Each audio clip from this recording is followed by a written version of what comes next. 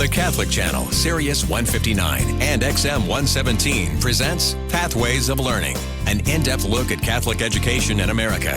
Here's your host, Sister Marie Pappas.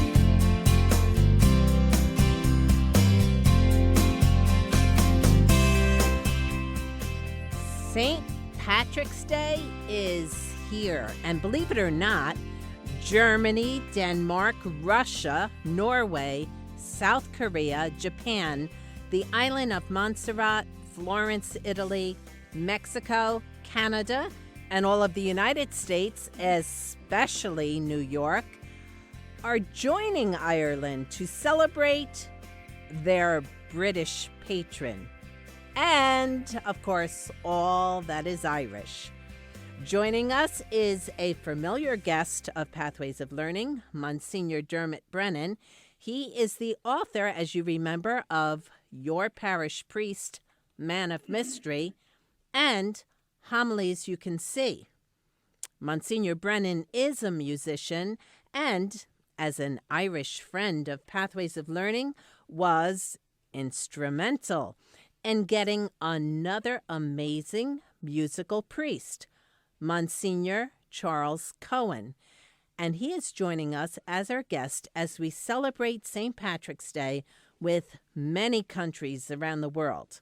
And since St. Patrick's Day has become such an international celebration, we decided that we needed a third guest, none other than the historian and musician, Derek Warfield of Wolftones.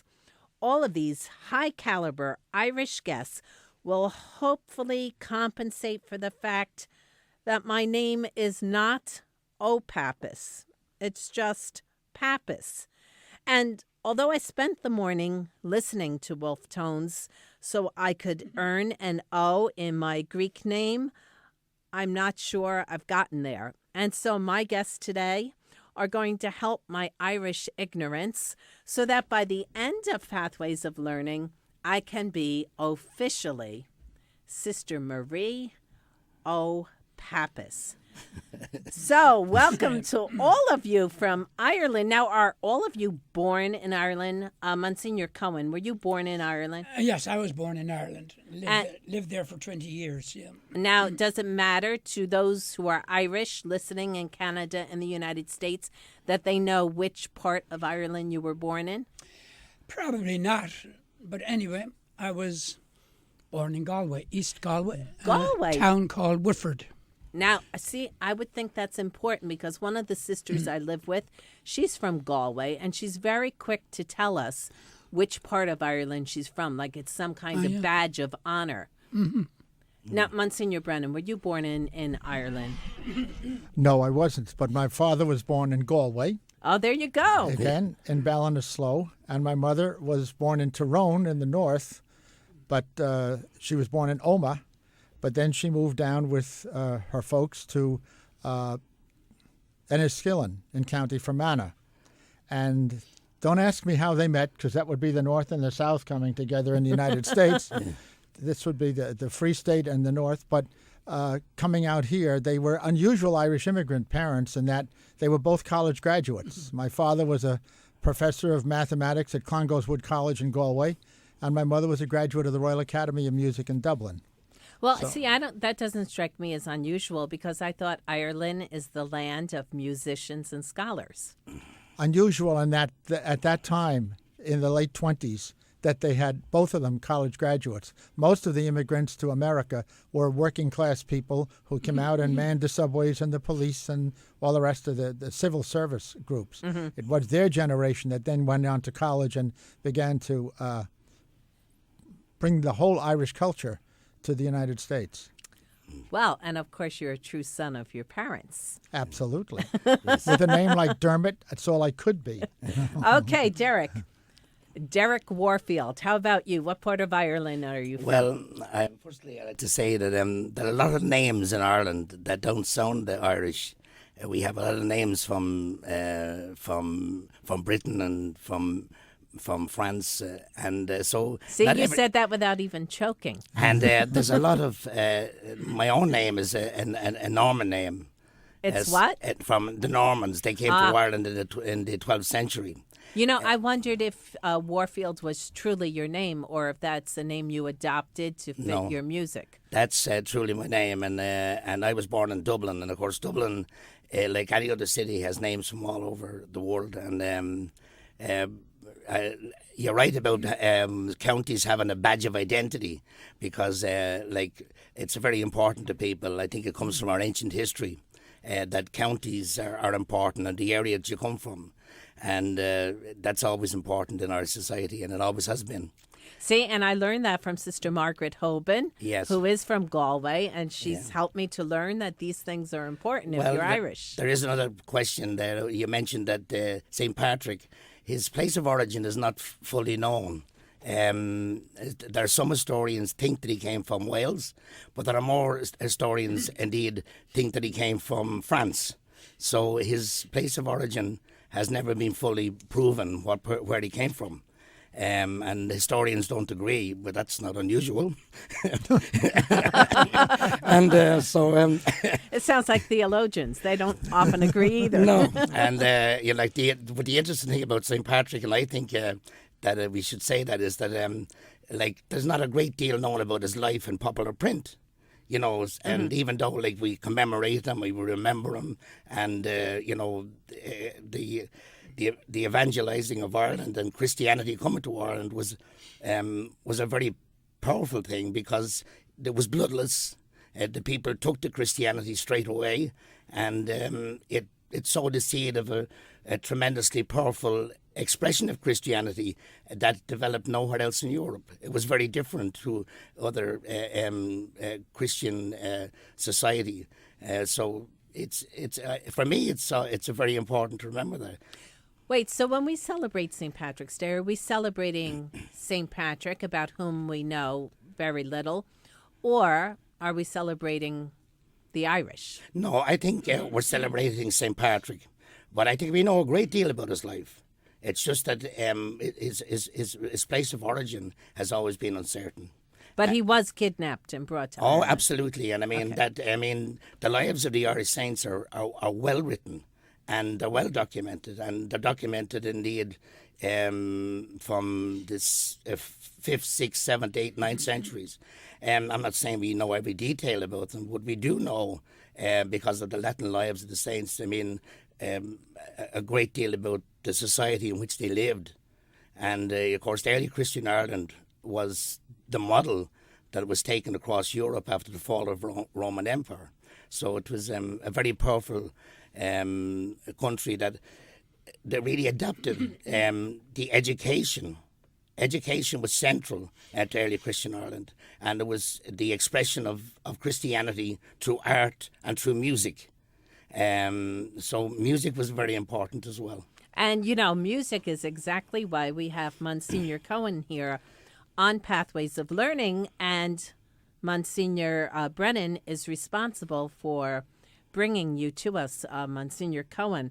I understand that you have won a great number of awards for music. As a matter of fact, in 1 year, you won the Senior Championship, or All Ireland Senior Championship, for 3 instruments, and eventually won 6 such honors. And so you yourself are quite the musician. Did you go to some special school of music? No, didn't go to any school and had no tutor. It was just self-taught, just listening to other people play. That's it. Oh, my gosh. Yeah. And then you won all these awards. And what instruments do you play? That was the luck of the Irish. The luck of the Irish. I played the concertina and the concert flute and what we call the tin whistle or the penny whistle. Okay, the penny whistle, does it cost a penny? It did one time. Now... yeah, okay, so tell us about economics. So what does it go for now? $4 to $7 around about that. Yeah. All right, from a Yeah. penny to $4 to $7. Yes, yeah. Well, that speaks of the economy today. Right. But Now you're telling me this concertina here, beautiful instrument, a beautiful Right. looking instrument. I hope we're going to get a sound of it eventually. Yeah, can you give us a little bit of that? there's a possibility. There's a possibility. Yes, Concertina was played mostly, I think, on board ships because it was very easy to carry, small, and played in the houses too, but it wasn't very loud. And when the accordion came, the concertina got relegated to the women. You found a lot of the women play the concertina. But in the past 30 years, it's making a very good comeback since we got amplification and all that. And people are starting to make concertinas again. And they're selling for around to $2,500. Oh, my. This is one of the old ones, the Wheatstone. They were made in England. And this particular one would cost about $8,000 now. It's over 100 years old. And there's some other Wheatstones that would cost about $12,000. Yeah. Well, I'm surprised you didn't come in here with armed guards then with Yes, an yeah. instrument like that. Yeah. So really, I'm sitting in front of a piece of history here. Yeah, the instrument is. Yeah. Well, I wasn't suggesting. I certainly wasn't suggesting that you were the piece of history. Well, I am getting historical. Yeah, yes. Moving on. Yes. So, are we going to hear a bit of any of these here? I could try. I don't know. I'm sitting in a high seat, and I've never played a concertina in a high seat before, but I think I can manage it. Okay. Let me see.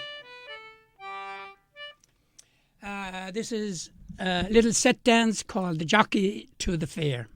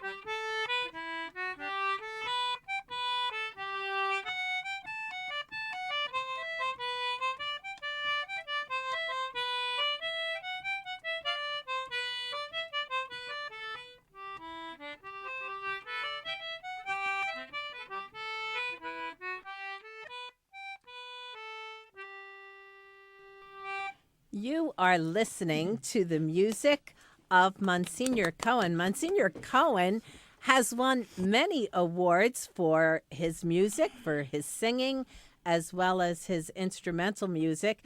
And you were just listening to a piece on the concertina, a beautiful little instrument. And so here we are in Pathways of Learning so much about why we are celebrating all around the world. We are celebrating St. Patrick's Day, and we are celebrating the Irish culture. Joining us also from the Wolftones, and you all know about the Wolftones, Derek Warfield, and also a good friend of Msgr Coen, Msgr Brennan, who was good enough to bring to Pathways of Learning Msgr Coen, who is our musical priest. Now, why is it that music is so important to Irish culture? It seems like their second language, music. Derek, you're a musician. Well, I think if you look at the ancient texts of Irish history, it always mentions music as being important.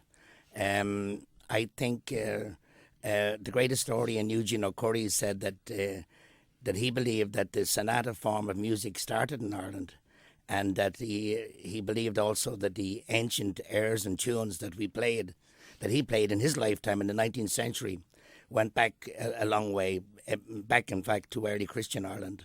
So music is mentioned in the lives of all the saints, and we do have a great deal of history. Saint Columcille was a great musician. He played a harp, and many of the saints were also bards and singers.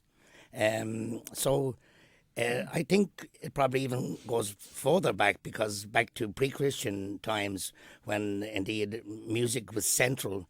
Indeed, there's one passage in the earliest texts of Irish history that states that a life without music would be worthless.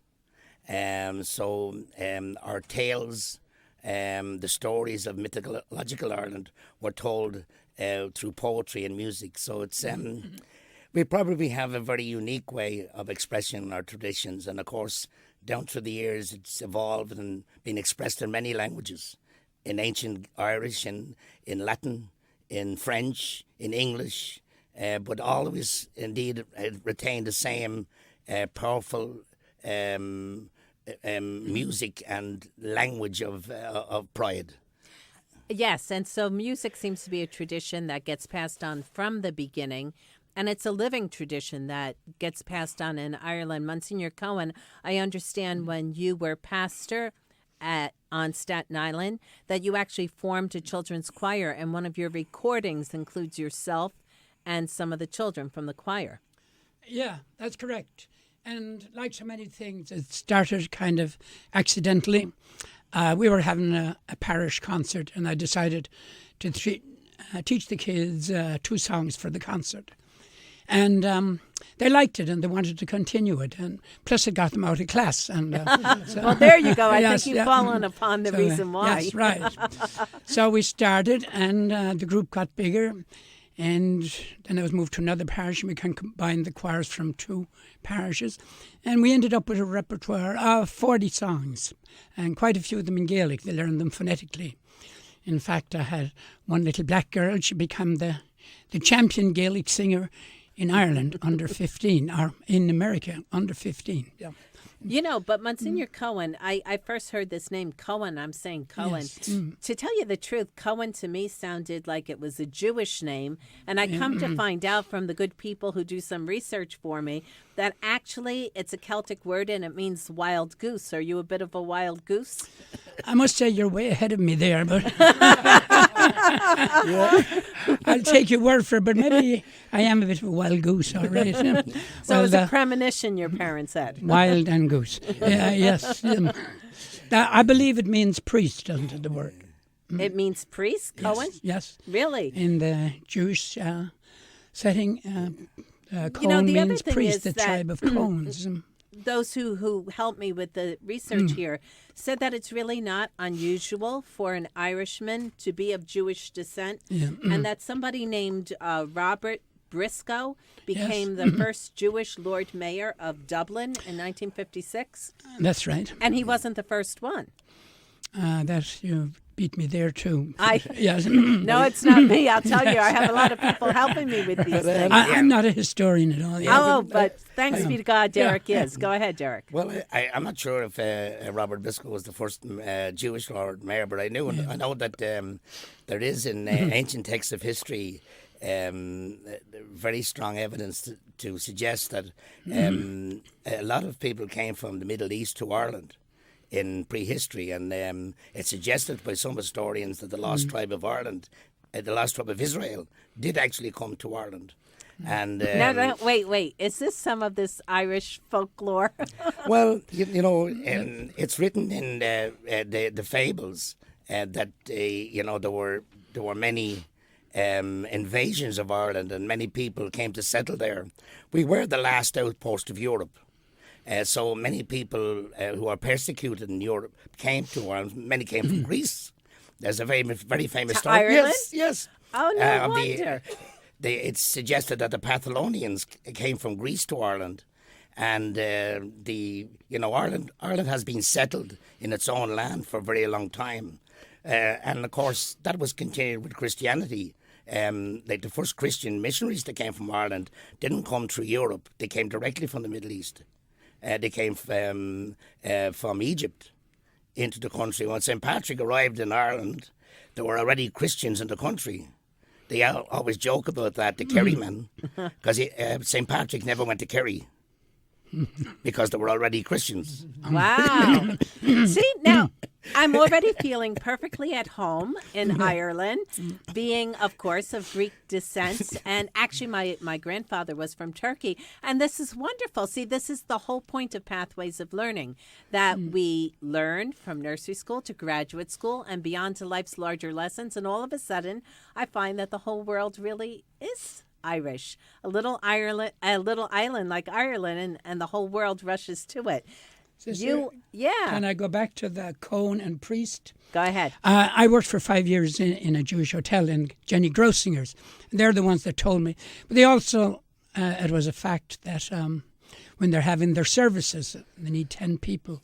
And if the rabbi didn't show up, if there was a Coen in the audience, he would conduct the service. So it's still part of their tradition. But could I tell you a little story about that? When Absolutely. When Briscoe was, I think it was Emil Coen told us this story. When Briscoe was the Lord Mayor, and these two Jewish ladies were watching television with Robert Briscoe leading the parade down Fifth Avenue. And one says to the other, "Isn't that wonderful?" He says, "What?" She says, "One of our boys," she says, "Jewish boy, elected Lord Mayor in a city 96% Catholic." And the other one says, "Yeah, could only happen in America." We are celebrating St. Patrick's Day here on Pathways of Learning, and you are listening to my wonderful guest today, Msgr Charlie Coen, and his good friend, Msgr Brennan, and also joining us, believe it or not, from the Wolftones, Derek Warfield. This is the Catholic channel, Pathways of Learning, Sirius 159, XM 117, and we will be right back.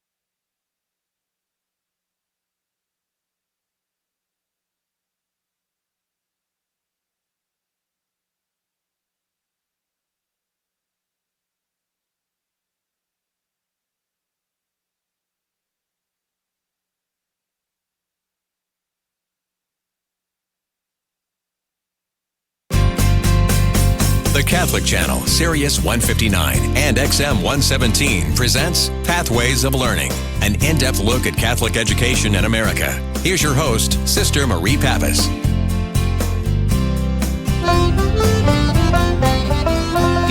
talk of your dons and your Britain's proud birth. We boast of old Ireland, the land of true mirth, with a dance and a song and the shamrock so green. Whose generous welcome to strangers so free, whose candour and friendship give zestful and glee, with hearts gay expanded without any guile. At the shamrock's appearance each face gives a smile, with a dance and a song and a shamrock so green. We bless the great land of our green emerald isle, where mirth and good humour the dull hours beguile, with a dance and a song and the shamrock so green, where the harp plays so sweetly in rapture. Are you dancing? I am absolutely dancing. We are celebrating St. Patrick's Day here on Pathways of Learning, and you know what? You are welcome to join us. 1-888-322-8465, because all the world is celebrating St. Patrick's Day, and I want you to be part of the celebration too. My special guest today, Msgr. Charles Coen. He is an amazing priest musician. His good friend, Msgr. Dermot Brennan, is here. He is an author and a musician in his own right. And then, amazingly, joining us to make sure this is a great big celebration of St. Patrick's and all that is Irish is Derek Warfield of the Wolftones. And you were just listening to his really joyful, amazing music celebrating all that is Irish, shamrocks, and a wonderful, wonderful spirit, good music, and good joy. Derek, that was great. It's a beautiful song. That song was written back in 1785. Oh, no, I didn't realize you were that old. Well, some people, I had to say, yeah, I probably feel it some mornings, especially this time of the year. But and it's a song that's featured on our CD. And I should point out that is this your new CD? Yes. The old Wolftones broke up 8 years ago, and I have my own band, which is the Young Wolftones, and we're the young people. Not that I've got any younger, but I was delighted when I found that song, because it's a wonderful. That was a celebration of St. Patrick's Day in the late in 18th century, and the things that they were celebrating are still the same things that we celebrate today about it. It's the generous welcome, the music, the song, the dance, the stories, and the stories. Yes, and it's featured on the night. If anyone is listening, if you want a copy of it, it's The Night Is Young CD in America, and it's On the One Road if you get it in Europe. There are two different titles, but it's I think that song more than any other captures St. Patrick's Day, and it's. Now, but if our listeners wanted to purchase the album or the particular song, there's got to be a place on the website. Yes, if you go to the Young Wolftones, theyoungwolftones.com, or if you go to CD Baby. CD Baby? CD Baby, yes. They have it. CD Baby is a company in Oregon, then they sell all our music online. And but it's readily available on our website. And there are a lot of new songs on it, but there are also a lot of older type of standard songs that I've popularized over the years. So it's music for the young and the old to reminisce and to enter. Actually, you were given credit in some of the reading that I did for not only celebrating the past, but having an eye to the future. And so your music celebrates both.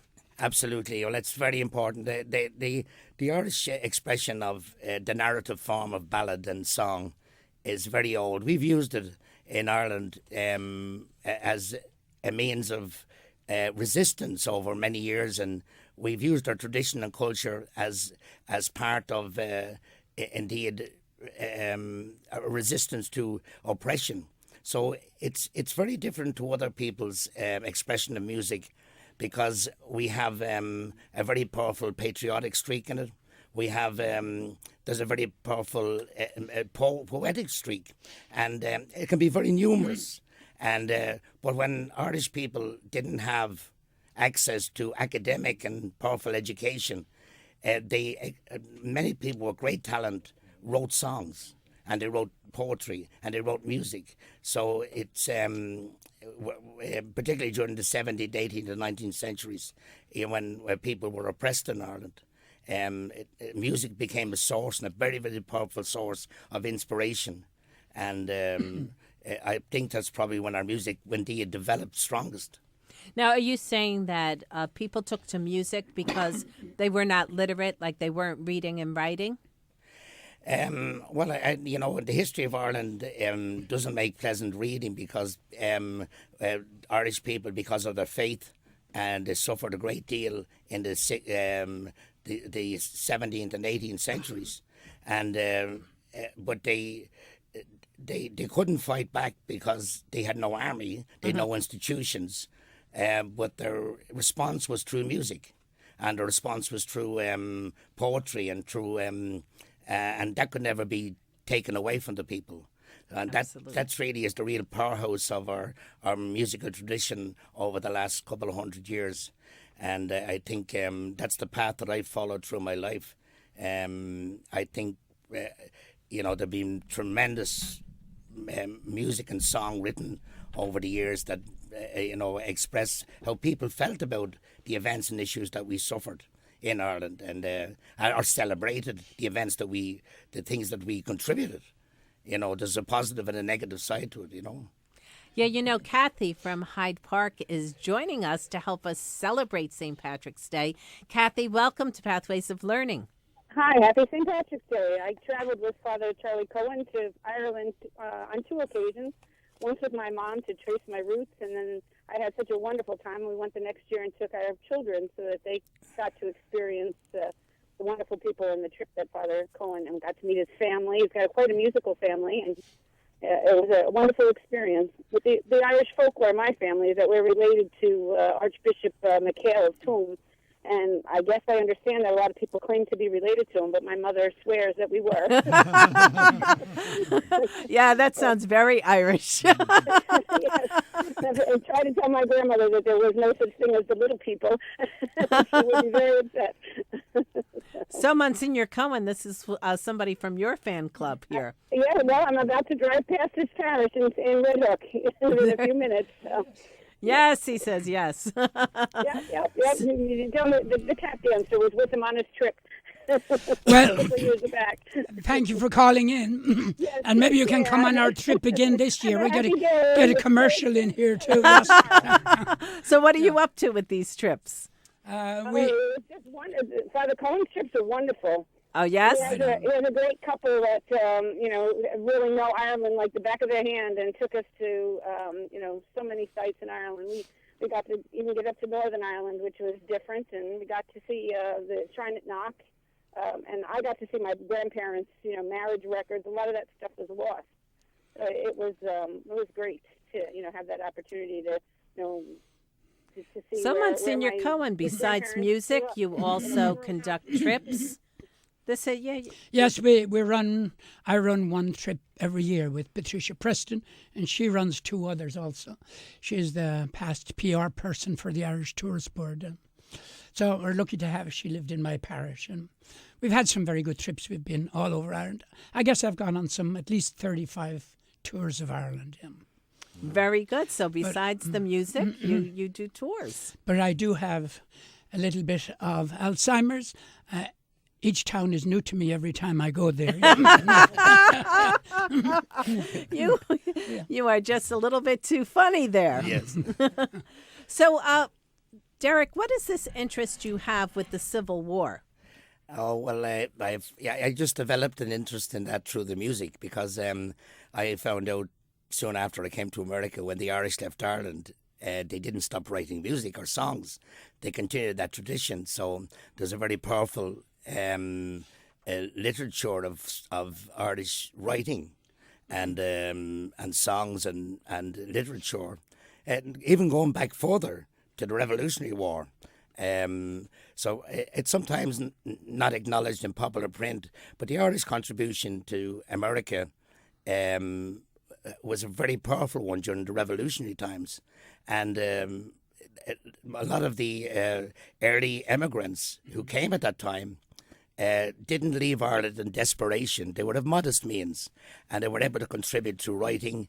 And the most famous of them, perhaps, is Matthew Carey, and he lived in Philadelphia, and his contribution, indeed, to the development of this country it was a very powerful one. He wrote a book in 1805 called The Olive Branch, which is a book that discussing the pathway and the direction that this country should take.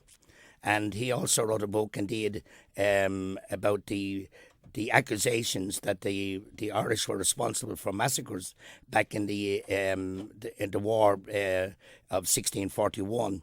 It's called Ireland Vindicated. Now, Matthew Carey was the first man that published Edgar Allan Poe. So his contributions, indeed, largely forgotten today, but are very powerful at the time. And that continued right through the 19th century. And then, of course, when the wave of immigrants came after the Great Hunger, a lot of those people came in desperation and they were poor. But that didn't stop them from contributing to the literary value of American tradition and culture. There were thousands of songs written during the Civil War by Irish men and Irish women.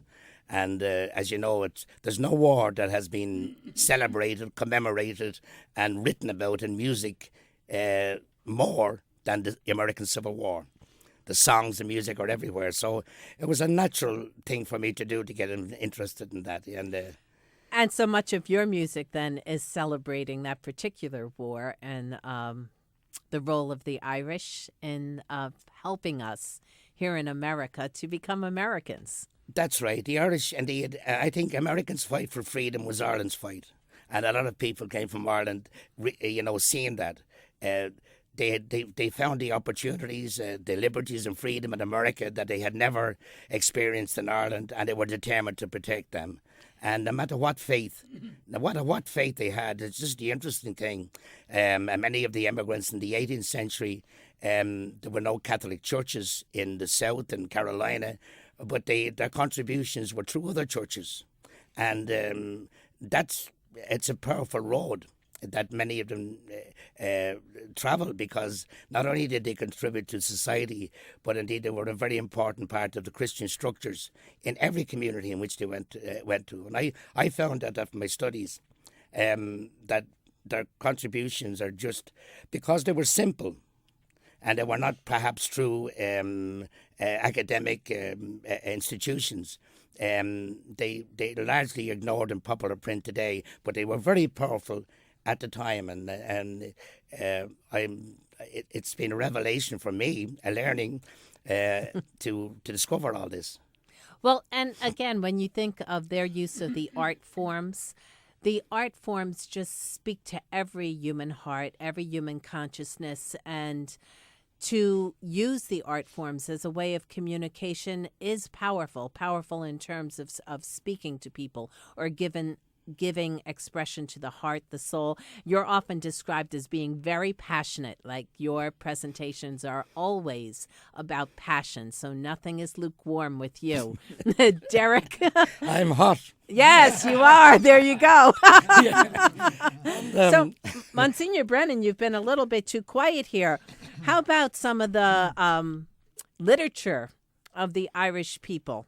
Well, I can pick up on what Derek was saying about how they, in song and story, they tell the story of their own history. And there's a beautiful poem, and then I'm going to follow it with a song. How's that for Gaul with two professionals on my side?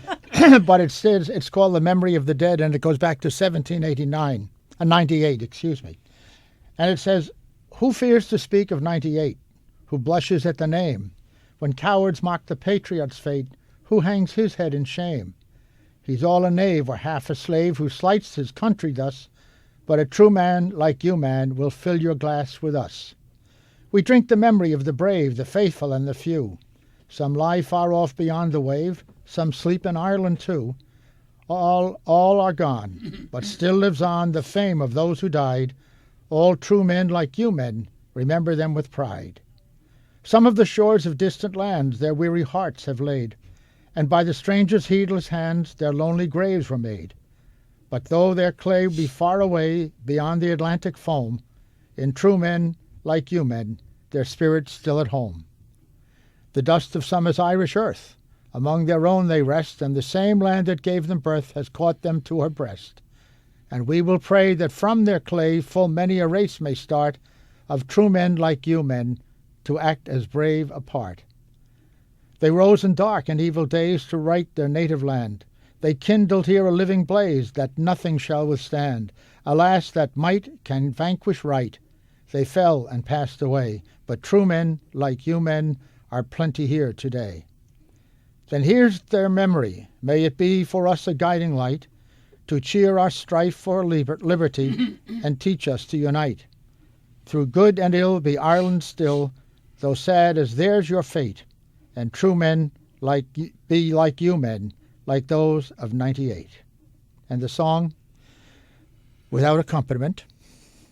'Twas down by the glen side I met a young and old woman, a plucking young nettles, nor saw I was comin'. I listened a while to the tune she was hummin'. Glory-o, glory-o, to the bold Fenian men. 'Tis 50 long years since I saw the moon gleamin' on young manly forms or on eyes with hope gleamin'. Sure I see them again in all my days dreamin'. Glory-o, glory-o, glory bold Fenian men. Some died by the wayside, some died midst the stranger, and wise men have told us their cause was a failure. But they died for all Ireland and never feared danger. Glory-o, glory-o, to the bold Fenian men. I passed on my way, God be praised that I met her, be life long or short, I will never forget her. We still have brave men, but we'll never have better.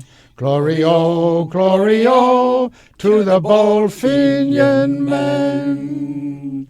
We are celebrating St. Patrick's Day, and you have been listening to Msgr. Dermot Brennan, joined by Msgr. Charles Coen, and none other than Derek Warfield of the Wolftones. This is Pathways of Learning on the Catholic Channel, Sirius 159, XM 117, and we will be right back.